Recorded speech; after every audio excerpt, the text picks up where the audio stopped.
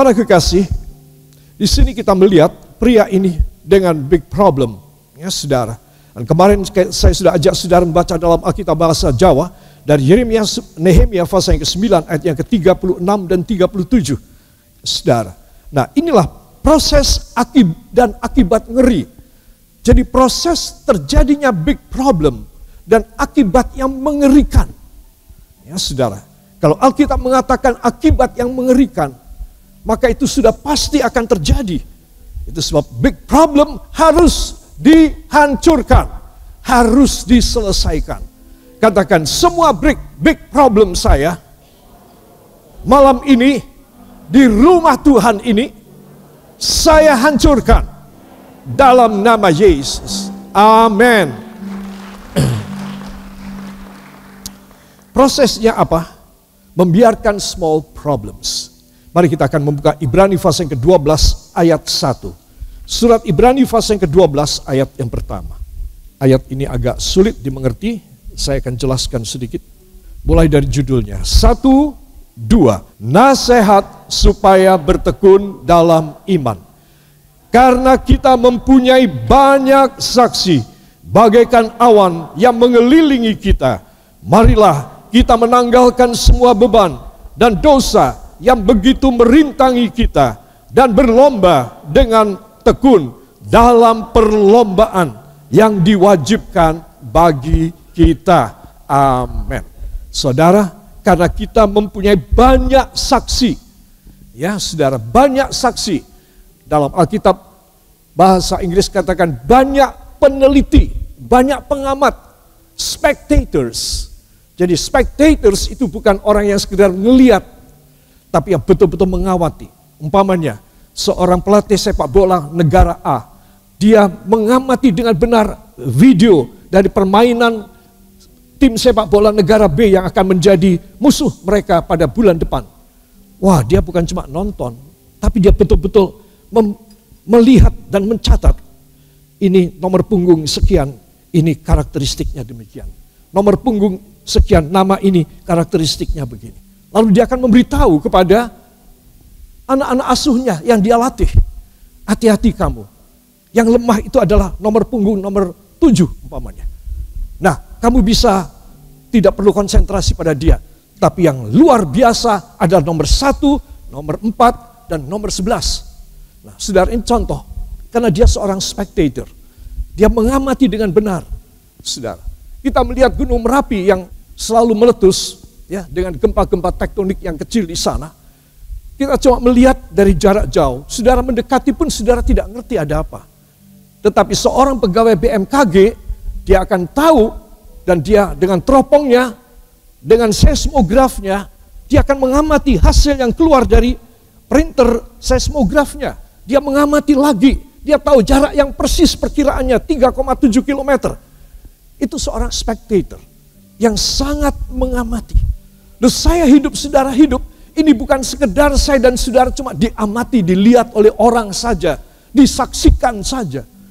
Tapi kita itu betul-betul diteliti, kelemahannya apa, kekuatannya apa, saudara. Nah, saksi yang disebutkan di sini, karena kita mempunyai banyak saksi bagaikan awan yang mengelilingi kita.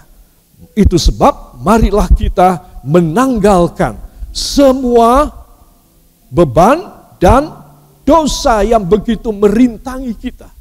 Oh, ternyata para spectator itu hanya memperhatikan kelemahan kita. Beban kita apa? Yang membuat kita selalu berantem dalam rumah tangga. Oh, soal uang.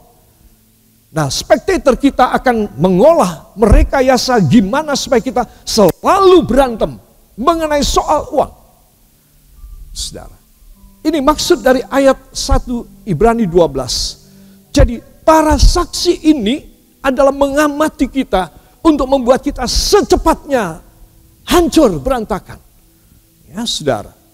Kemudian selain beban yang dia amati adalah dosa. Ya, saudara. Itu sebab saya dan saudara kita harus tahu bahwa menjatuhkan seseorang itu mudah. Bagi pekerjaan kuasa gelapan dan bagi orang duniawi itu mudah. menjatuhkan seorang yang tidak hati-hati. Karena para spectator ini dengan segala perlengkapan dan instrumentasinya, ya saudara, seperti saya tadi bilang, petugas BMKG yang khusus mengenai soal sektor Gunung Merapi, mereka akan selalu memperhatikan di kantornya seismografnya, selalu memakai teropong, saudara, selalu mengukur gas belerang, alat pengukur belerang, ya saudara, sulfur, untuk tahu dengan persis kebahayaan daripada lingkup hidup di desa-desa di lereng gunung ini. Saudara, itu maksud daripada supaya kita ini kedapatan kecil problemnya nggak apa-apa. Karena itu akan dipelihara sama iblis. Problem saudara yang kecil, saudara tidak serahkan kepada Tuhan. Saya tidak mempersembahkan kepada Bapa di sorga dan meminta kuasa untuk menghancurkan problem yang small, yang kecil itu. Maka problem itu akan ditangani oleh iblis, dipelihara sama iblis. Supaya apa? Supaya problem ini punya anak yang lebih kecil lagi. Supaya banyak, kalau sudah banyak akan menjadi batu karang, problem yang besar sekali. Saudara, kita tahu di laut-laut, di tepi pantai, bahkan di tengah laut, ada pulau-pulau karang. Kenapa dinamakan Pulau Karang, saudara? Karena dulu itu adalah makhluk hidup. Itu adalah sel-sel yang hidup. Sehingga ketika dia mati, dia mengeras menjadi batu karang. Tapi itu adalah binatang yang hidup. Ya saudara. Dan karena dia mati dan kena air laut, terjadi oksidasi yang kuat, sehingga apa yang terjadi, itu jasad-jasad dari sel-sel binatang-binatang yang hidup tadi, yang sangat lembut, yang ikut aliran, ya kelihatannya halus sekali, kalau mati dia menjadi batu karang. Saudara, ini pekerjaan dari iblis juga. Kalau saya membiarkan small problems dalam hidup saya selalu menunda. Orang menunda adalah orang yang tidak menyayangi hidupnya sendiri. Itu hari Minggu kemarin saya sampaikan. Kalau saudara selalu menunda, saudara tidak menyayangi hidup saudara. Itu sebab anak-anak Tuhan, apa hal di mana saudara bisa dikendalikan oleh iblis sampai saudara menjadi seorang yang sangat tidak mampu, bahkan menyelesaikan small problem pun tidak mampu. Saudara mesti tahu. Itu sebab semua small problems harus diserahkan kepada Tuhan. Karena apa? Karena itu akan dipelihara oleh iblis. Ya, Yakobus 3 ayat 5 sampai dengan ayat yang ke-10. Ini contohnya tentang lidah. Kenapa saya mengangkat lidah? Lidah inilah produsen small problems yang akan mengkristal menjadi big problems. Ya, kalau saudara baca, tidak usah dibaca lagi, tapi saya akan memetik beberapa saja. Coba tengok dalam ayat yang ke-5. Demikian juga lidah, walaupun suatu anggota kecil dari tubuh, namun dapat memegahkan perkara-perkara yang besar. Ya, saudara, orang bisa tahu bahwa saudara punya uang banyak dari mana? Dari lidah saudara. Orang bisa tahu bahwa saudara memusuhi si X. Dari mana? Dari lidah saudara. Betul apa tidak? Kalau lidah saudara tidak bicara, orang tidak tahu. Tetapi karena saudara kepengen bicara, saudara tidak biasa mengontrol, mengendalikan lidah saudara. Asal kepengen omong-omong aja, engkau membuat small problems yang banyak dalam hidupmu. Api itu kecil membakar hutan yang besar. Kemudi kapal dikendalikan oleh steerman, yaitu orang jurumudi, itu cuma kendali yang kecil. Tetapi kapalnya besar banget. Ya saudara, semuanya bisa dibelokkan kemana jurumudi ini mau. Kemana mulut dan lidah saudara kepengin. Aku mau berantem dengan orang itu. Saudara mengeluarkan perkataan. Aku mau hancurkan orang itu. Saudara mengeluarkan perkataan. Saudara, lidah adalah bagian tubuh yang kecil, tetapi yang bisa membakar seluruh hidup. Saudara, Jangan bikin small problems dalam hidup saudara. Saudara harus bisa menjaga mulut saudara, perkataan saudara, lisan saudara. Supaya apa? Supaya saudara bisa berjalan dengan tenang. Tuhan melihat dan mempercayai saudara bahwa saudara mempunyai lidah yang bisa bertanggung jawab. Alkitab mengatakan lidah kita mengeluarkan kata-kata berkat. Tetapi dari lidah yang sama kita mengeluarkan kata-kata kutukan dan caci maki. Saudara yang kekasih, itu sebab jangan biarkan small problems selalu muncul saben hari dalam hidup saya, dalam hidup saudara. Kita sudah kewalahan dengan apa yang kita harus hadapi. Jangan bikin masalah lagi, walaupun itu hanya small problems. Ketika makan, istri nyeletuk kata yang tidak baik, atau suami menyeletuk kata yang tidak baik, atau anak nyeletuk kata yang tidak baik. Sepanjang hari bisa menjadi api. Bisa kebakaran ini rumah. Betul apa tidak? Kita membuat small problems dan kita tidak bisa menyelesaikannya. Bikin masalah itu gampang. Menyelesaikan masalah itu sulit sekali. Ya, itu sebab saya dan saudara kita harus minta kepada Tuhan penguasaan diri. Katakan penguasaan diri. Supaya saya bisa memimpin lidah dan mulut saya. Ya, itu penting sekali anak-anak Tuhan. Supaya apa?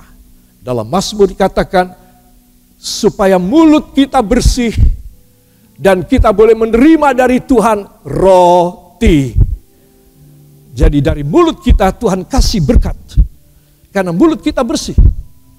Ya, tidak usah kepengin untuk saudara menjelekkan orang lain. Tidak usah kepengin membalas orang lain. Enggak usah kepengin saudara mengatakan bahwa orang lain itu di bawah saudara, lebih jelek dari saudara. Tidak usah. Saudara, pakai lidah saudara untuk menyembah Tuhan dan meminta supaya Roh Kudus mengurapi hidup saudara. Itu sangat bermanfaat. Itu sebab jaga lidah saudara. Supaya apa? Supaya kita bisa menjadi anak Tuhan yang diberkati dan hidup lepas dari segala macam small problems. Karena semua small problems itulah yang akan menjadi big problems.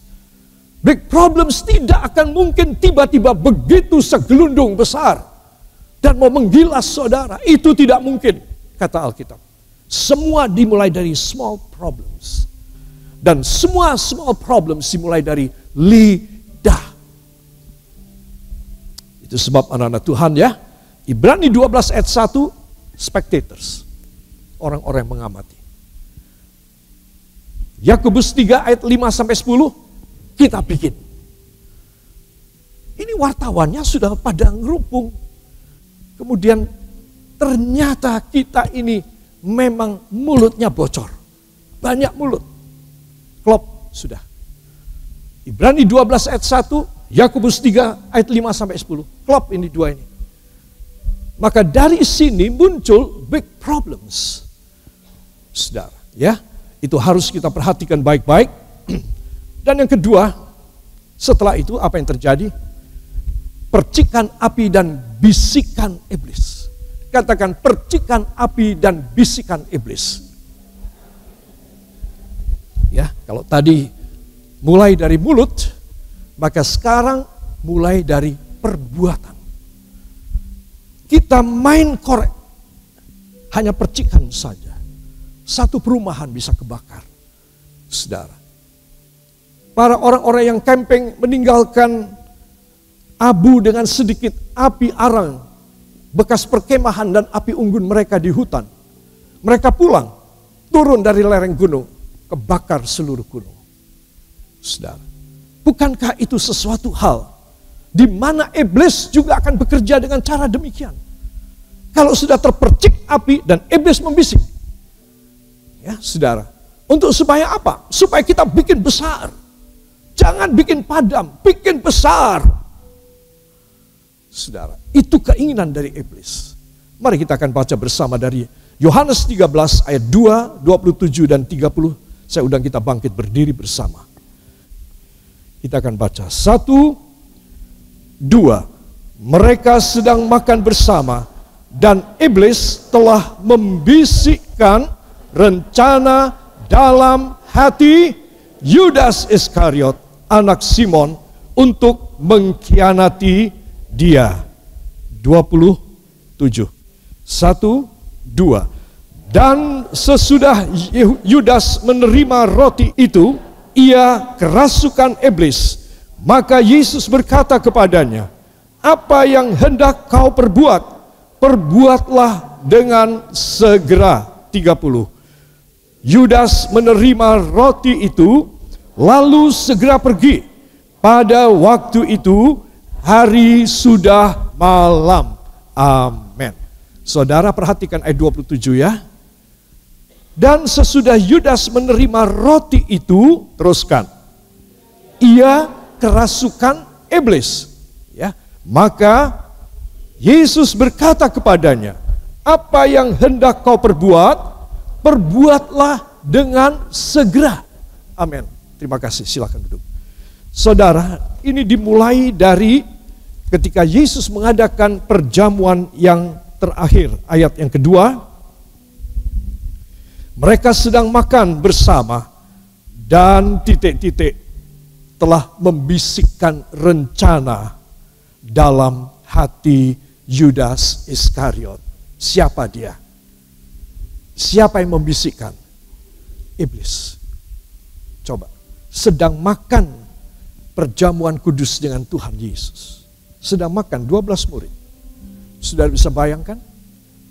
Gak masuk dalam nalar kita ya. Sedang makan dengan Tuhan Yesus. Iblis membisikin Yudas Iskariot. Dibisikin. Untuk mengkhianati dan menjual Yesus. Kok bisa? Saudara, saya memberitahu kepada saudara. Bila sudah ada small problems, iblis itu terlalu berani sama kita orang. Apa small problems dari Yudas Iskariot?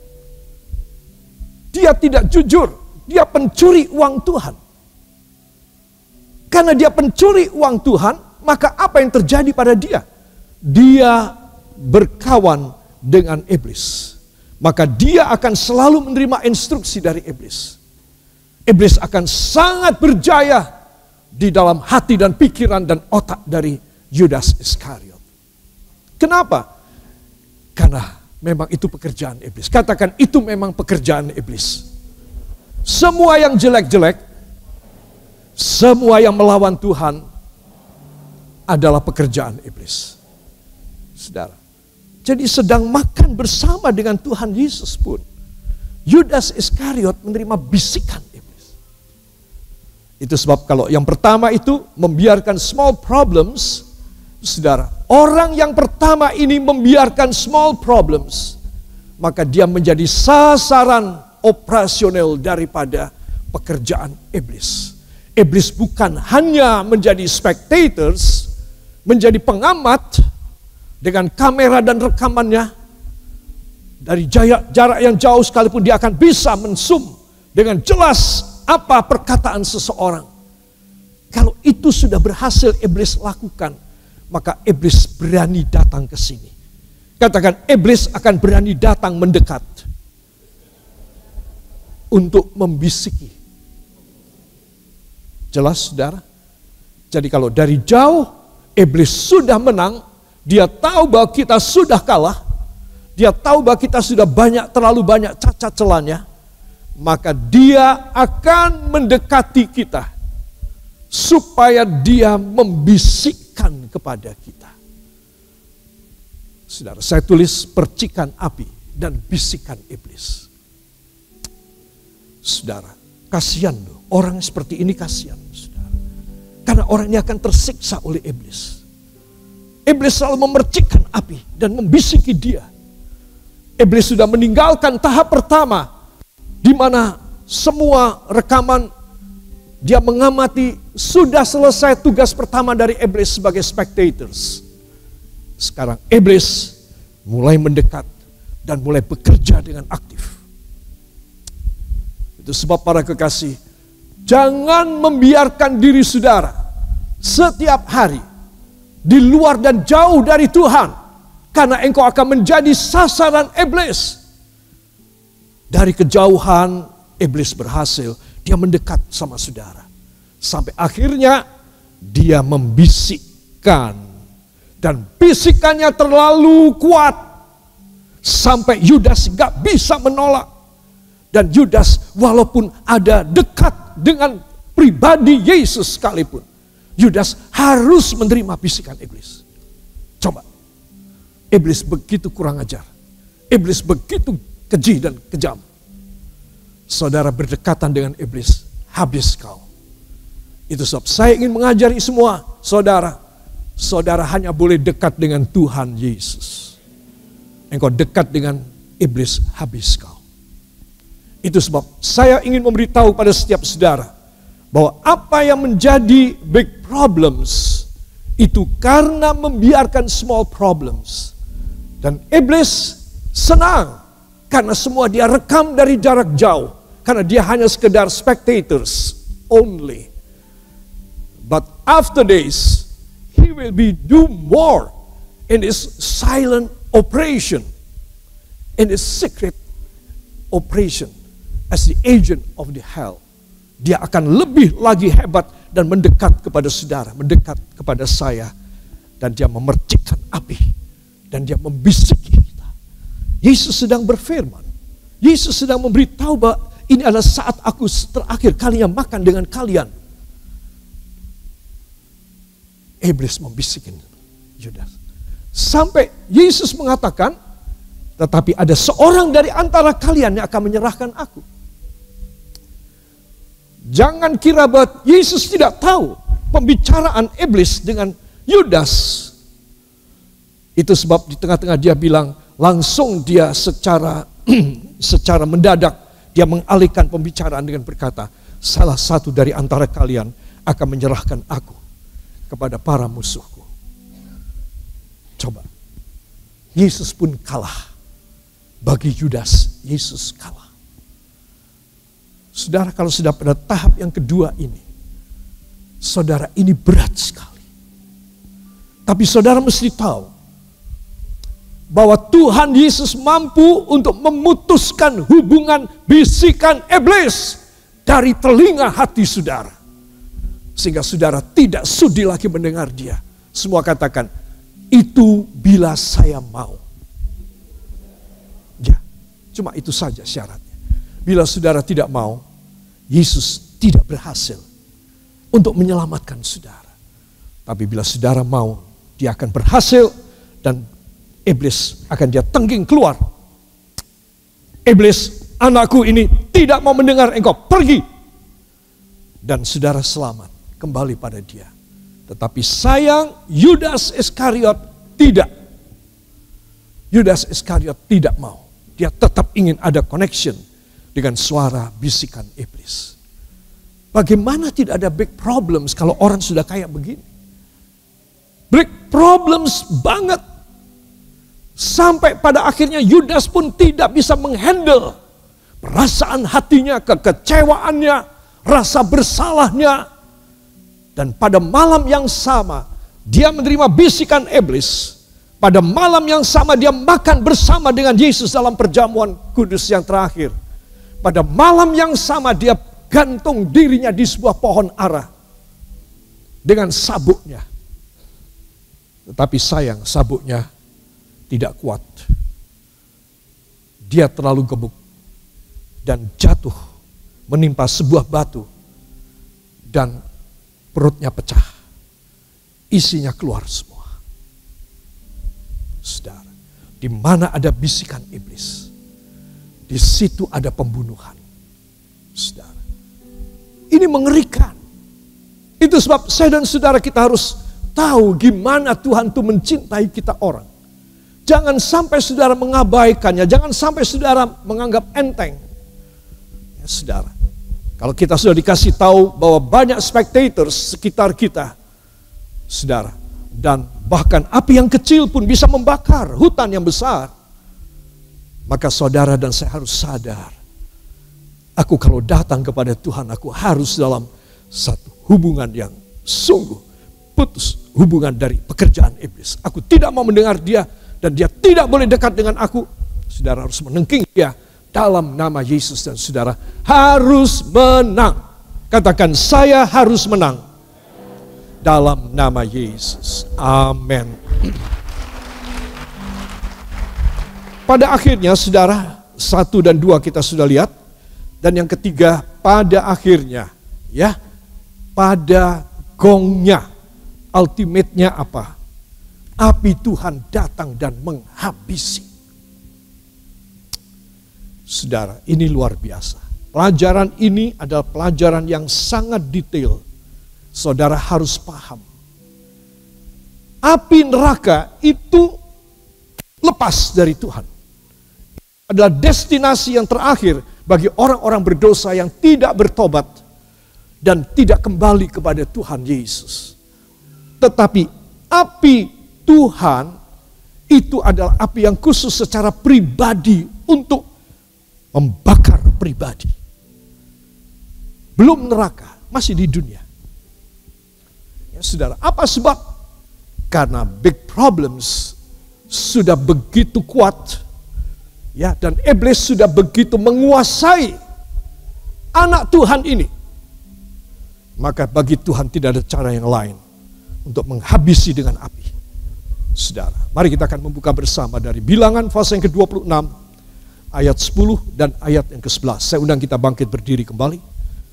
1, 2. Tetapi bumi membuka mulutnya dan menelan mereka bersama-sama dengan Korah.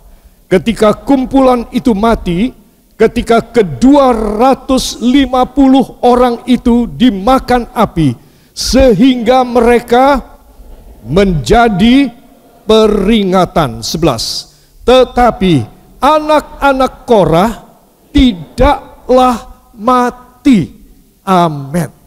Aneh ini ayat 11 ini. Ya. Ayat yang pendek sekali, tetapi anak-anak Korah tidaklah mati. Apa yang terjadi pada anak-anak Korah? Padahal Musa sudah memerintahkan semua orang Israel minggir supaya keluarga Korah, Datan dan Abiram, 3 bangsawan Israel, keluarga dari 3 bangsawan ini sudah berkumpul di satu tempat. Herannya anak-anak Korah yang sering kali saya khotbahkan, dia lari dan dia minta ampun sambil menjerit kepada Tuhan. Itu pada pikiran saya. Sehingga anak-anak Korah selamat. Dan ada lebih dari 10 mazmur diciptakan, ditulis oleh anak-anak Korah yang melarikan diri. Dan Tuhan mengizinkan mereka lari dari api dari sorga yang membakar.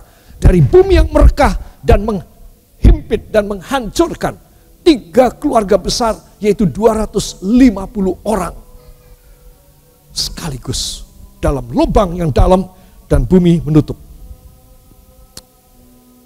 Herannya anak-anak Korah selamat.